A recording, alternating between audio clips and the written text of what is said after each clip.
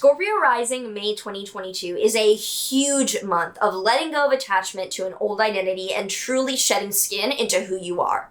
If you're excited to hear more about what is coming up this May for your rising sign, do make sure that you like, subscribe, and hit that notification bell so you are always up to date with what the stars have in store for you. Hi, I'm Maren. If you're new, nice to meet you. I am an astrologer. I also do crypto and other weird shit, and I make videos. So do make sure that you watch this monthly forecast, and also some of the transits that I'm mentioning have their own whole dedicated videos that you can get more info on. I will be using the tropical zodiac within Western astrology, and I also tend towards Greek Hellenistic astrology for most of the techniques that I use.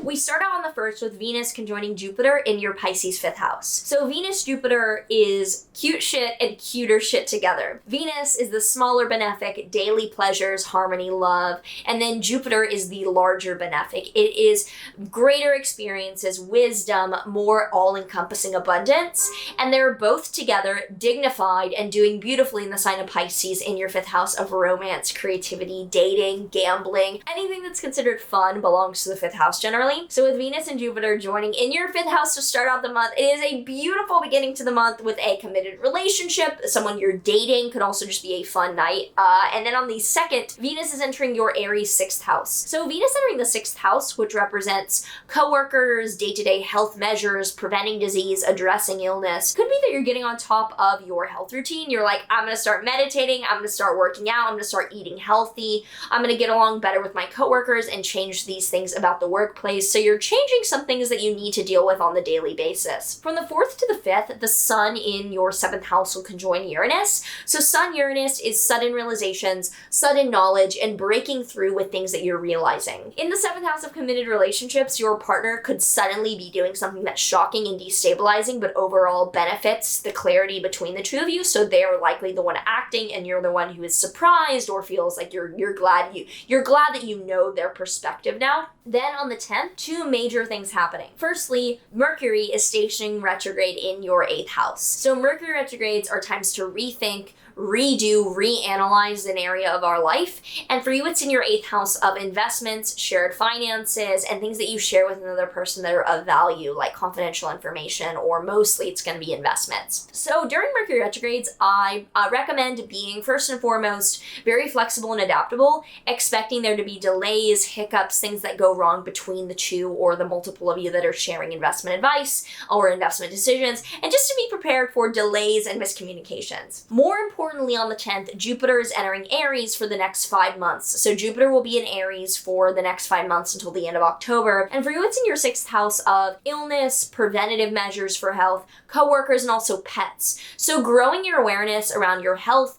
could be growing how you address health issues, finding more in-depth treatment plans. Could also be that you are growing the amount of people that work with you, you're hiring your team, or you're getting pets. Then on the 15th is the big day because there's a lunar eclipse in your 1st house. Now, lunar eclipse, I have a full video on this one, but lunar eclipses are mega endings. They're catalyst events that then kick off an ending in that area of our life for the next 6 months. For you, this is letting go of a deep-seated attachment to an identity that is stressful, it is draining, and it is too heavy. You have outgrown this identity. So look for catalyst events that you yourself initiate around the middle of the month that lead you to let go of literally like real-world circumstances that you attach to an identity because you've outgrown it. Also during that time, from the 15th to the 16th, the sun in your 7th house is squaring Saturn in your 4th house. So you could be getting some pushback from your family about your relationship, or your family could be making it difficult middle of the month to do what you want to do with your partner. On the 17th to the 18th, Mars will conjoin Neptune in your Pisces 5th house. So Mars-Neptune is the spiritual warrior. It is a very aligned, very driven, but very